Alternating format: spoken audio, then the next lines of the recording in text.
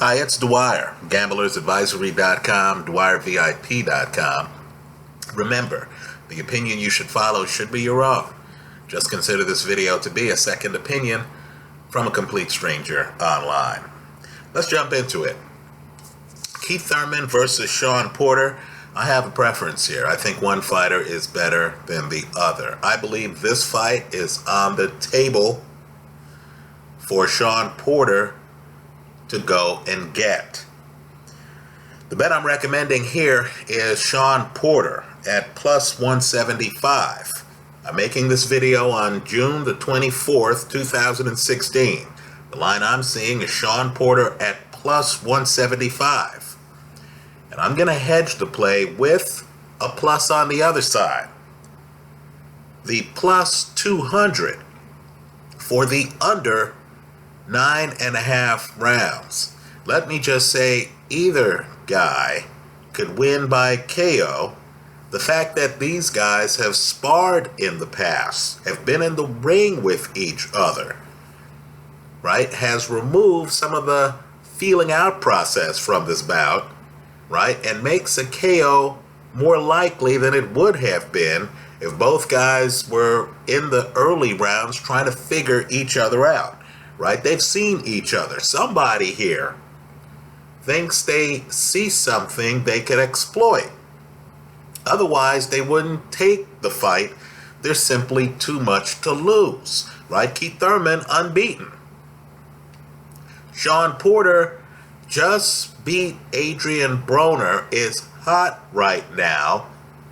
Right? He doesn't want a setback. I believe both guys are coming into this fight thinking they can win. But what I want people to do, and this fight is in my favorites folder, is to look at the fight between Keith Thurman and the guy he beat, two-time lightweight champion Julio Diaz. Now understand, Julio Diaz is one of the underappreciated guys in the sport in the last 10 years. Right? Diaz fought Shawn Porter. The first time, that fight was officially a draw. Right? Shawn Porter beats him in the rematch. This is the same Julio Diaz, by the way, who knocks down Amir Khan. Khan gets up and wins the fight. But understand, this is Julio Diaz after his reign as a lightweight champion, fighting in a different weight class. Now, he fights Keith Thurman, gets dropped in the second round, right? Third round starts. Diaz comes out. Folks, he gets Thurman on his back foot. You start to notice a few things here. Diaz, the reason he's one of my favorite fighters, or was before he retired, was that he was one of these guys who defined making adjustments. So that first Shawn Porter fight, he's the guy who figures out Shawn Porter and then does better the second half of the fight. Well, I'm telling you, he figures out Keith Thurman in the third round. And I just didn't like the way Thurman looked. Right? Thurman looked a little bit lost to me. Let me say this. I don't mean to pick on Keith Thurman.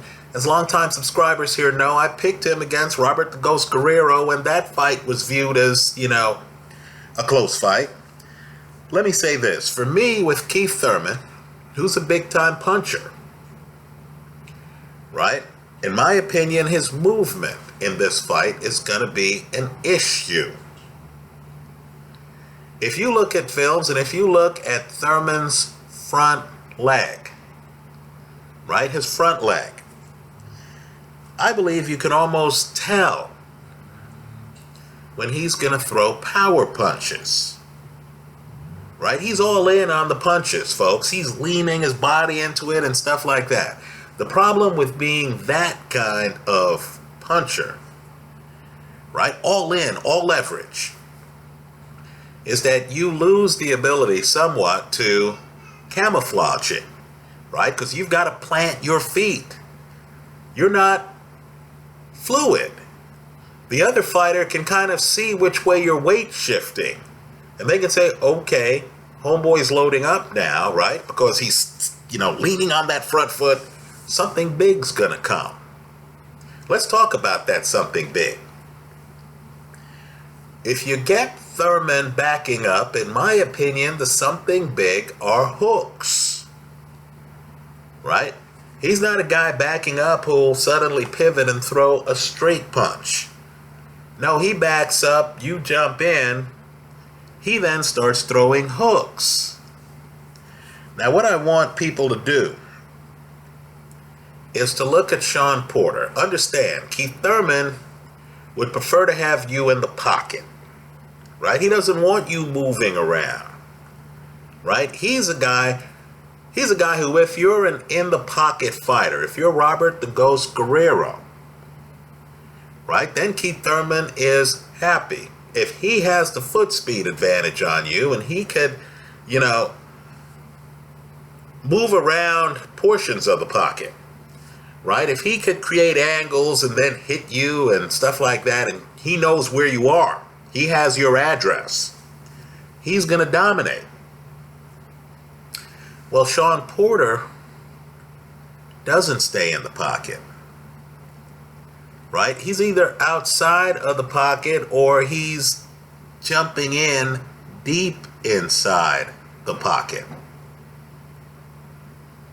right? Not only that, his defense protects him against hooks, right? Porter can get low and protect himself, right? If Porter fights the same fight that he fought against Kell Brook, I think he wins this fight, right? Against Kell Brook, Porter was outside, then he'd jump inside. Understand, Shawn Porter's nickname should be Sudden Shawn Porter, right? He's sudden, right? You see him, he's way outside. Suddenly, here he is. He's up on you. He's close to you. Now, against Kell Brook, when he jumped inside, Kell Brook held him, right? Held him. For many, that's a controversial fight, right? Keith Thurman, a hunter, is so accustomed to people running away from him that I don't think Keith Thurman on the inside is going to know what to do. I think if Shawn Porter jumps inside like he did against Kell Brook, rather than get held, he's going to be able to let his hands go. Let me go one step further. Boxing's a learning experience, right? Just like Alexander Povetkin got held to death by Vladimir Klitschko, Shawn Porter got held to death by Kell Brook. So I'm sure Shawn Porter, after that fight, has then addressed that hole in his game, right? Porter now, I'm sure, is prepared. So when he jumps in the pocket and a guy tries to hold him, I'm sure Porter knows now how to twist, keep a hand up, right? So when he jumps in the pocket, there's too much to conveniently hold for the opponent, right? And keep in mind, because Porter has the better footwork, this is a footwork fight, because Porter has the better footwork than Keith Thurman. In other words, with Keith Thurman, I see that front leg, it looks a little stiff. Oh, I know he's going to throw power punches, right? With Porter, you know what? I'm not sure which leg looks stiff, right? I'm not exactly sure whether he's coming or going. His legs are a question mark if you're the opponent, right? Not the same with Thurman, right? Let me say this too. Don't confuse shorter with smaller. I know when you see these men look at each other, one guy's bigger than the other. Keith Thurman looks like he's in a different weight class, right? But understand, it's Shawn Porter who used to fight at middleweight. right? When you see Shawn Porter, he's shorter, but he is muscular. The dude is built, right? His body doesn't come across when you see these photos, these publicity photos of him facing Thurman when they both have their shirts on, right? You don't realize how big Shawn Porter is, right? He's a big man. Let me say too, Porter makes adjustments from fight to fight, right? The Diaz rematch isn't that close, right? The first fight, that's a draw. I've posted a video of Porter right after that fight in an interview done by Ellie Setback, a guy online here whose work I admire, right? And Porter literally walks into his dressing room. It's right after the fight, and Ellie Setback is there ready for the interview. And you'll notice, right, read the swelling. Porter was hit in the face several times in that fight, right? You actually notice it, right? Porter's face is swole up. In other words, Julio Diaz, the lightweight, fighting at welter, lands some shots against the man who used to be a middleweight. So Porter in the interview says, hey, we're going to work on this, right? Porter's not kidding himself. He knows, hey, dude, just rough me up a bit. It's a draw because there are moments in the fight where dude was roughing me up, right? So Porter says, we're going to work on some things. Then you notice the rematch. Now, the first fight, Porter's outside. I think Porter, when he was outside, he had too much success early against Diaz. As I said, Diaz then cracks the puzzle, right? Porter in the rematch gets inside, right? Porter's inside game, folks, he's fluent inside. He speaks that language well, right? Porter has felt Thurman's power, has the better footwork, is the more fluid fighter, right? Is going to keep Thurman guessing on whether he's coming or going, right? Porter also has to remember getting knocked down late in the later rounds by Adrian Broner.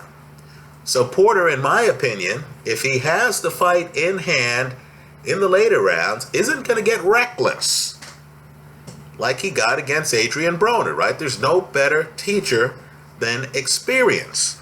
So, I know Porter's an underdog, right? I've seen plus 175. I know Porter's an underdog here. I think he's a live underdog. I expect him to outbox Keith Thurman, right? Thurman's best hope is to land a haymaker early in the fight, right? Catch Porter unprepared early in the fight, right? Because I'm telling you, as this fight goes along, just like Julio Diaz figured out Keith Thurman in the third round. By the way, let me praise Thurman here. That fight ends because Thurman breaks Julio Diaz's rib, and Diaz decides after that third round, hey, enough for me. Diaz is a vet. Vets don't do suicide runs, right? They've been in wars. They've recuperated from wars. They know when it's not going to work, right? So Thurman's punching power is that prodigious, right? But understand what's troubling in that fight is the fact that Diaz goes from being on the canvas to looking like he's cracked the code, right? He's the one who gets Thurman backing up. I know Thurman at times tries to look like Ali, drops his hands on the outside and stuff like that. But I didn't like his balance in that round, right? I didn't like his punch selection. Everything seemed to be wide to me, right? He's in against a guy who can block the wide punches, who knows him, and who, to me, moves better than him. Movement doesn't really reflect itself in the CompuBox numbers, right? I think the pattern of this fight is going to be Shawn Porter with an eye on Thurman's front leg, right? Shawn Porter knowing when Thurman's going to throw punches off of that front leg in his body. And Shawn Porter knowing that Thurman's best at mid-range, right? Mid-range. And Porter knowing, hey, if I can get inside of this guy's mid-range game and then on the outside keep him resetting, I can outbox him in round after round after round, right? So the bet I'm recommending is Porter to win plus 175, hedged with the under 9.5 rounds at plus 200. Understand, if Porter wins by decision, hey, you win, right? You beat the casino. Sure, you lose the under 9.5 bet, right? But you're getting a plus 175 over here. So if you bet the same amount on both halves of the bet, since you're getting more than even money here, you make a profit. You make the plus 75, right? If you're watching the fight and disaster strikes, Porter comes out, is a little lackadaisical, just like he was at the end of the Broner fight. Let's be serious here. And let's say he gets caught. Thurman, who doesn't allow you too much of a second opportunity, lands a big shot and it's over. You know what? As long as the fight card says under the midway point of the 10th round, you're okay. You've collected. Because you would hit on the under 9.5 rounds. You would get the plus 200. Right? So sure, you lose on the Porter side of the bet, but you're getting a plus 200. You net a plus 100 odds-wise. Right? Let's say another possibility rears its head. Porter, who has been in the ring with Thurman, knows Thurman's weaknesses, comes out and decides he's going to dominate. Isn't this the man who stopped Paulie Malignaggi, a very hard guy to stop? Right? If Shawn Porter closes the door inside of the halfway point of the 10th round, right? 9 full rounds and a half on the under, right? If Shawn Porter knocks out Keith Thurman, right? Or if Thurman, like Sonny Liston against Ali, realizes this dude is too fast tonight. I'm getting embarrassed. Let me say my shoulder hurts and pull the plug, right? Think Oscar De La Hoya against Manny Pacquiao. If he does it in the first 9.5 rounds and Porter wins, folks, it's Christmas in June. Right? You're popping off at better than even money on both sides of the play. Plus 175 plus the plus 200. Right? But understand the risk involved. If it gets past the midway point of the 10th round and Keith Thurman is dominating on the scorecards and gets a KO late or wins by decision, you lose it all. So to sum up, I like Shawn Porter, the underdog in this fight. I think he's a live dog. I'm going to hedge the play with the under 9.5 rounds. That's how I see it. Let me hear from you. Leave your comments for me here online. Visit us at gamblersadvisory.com. Thanks for stopping by.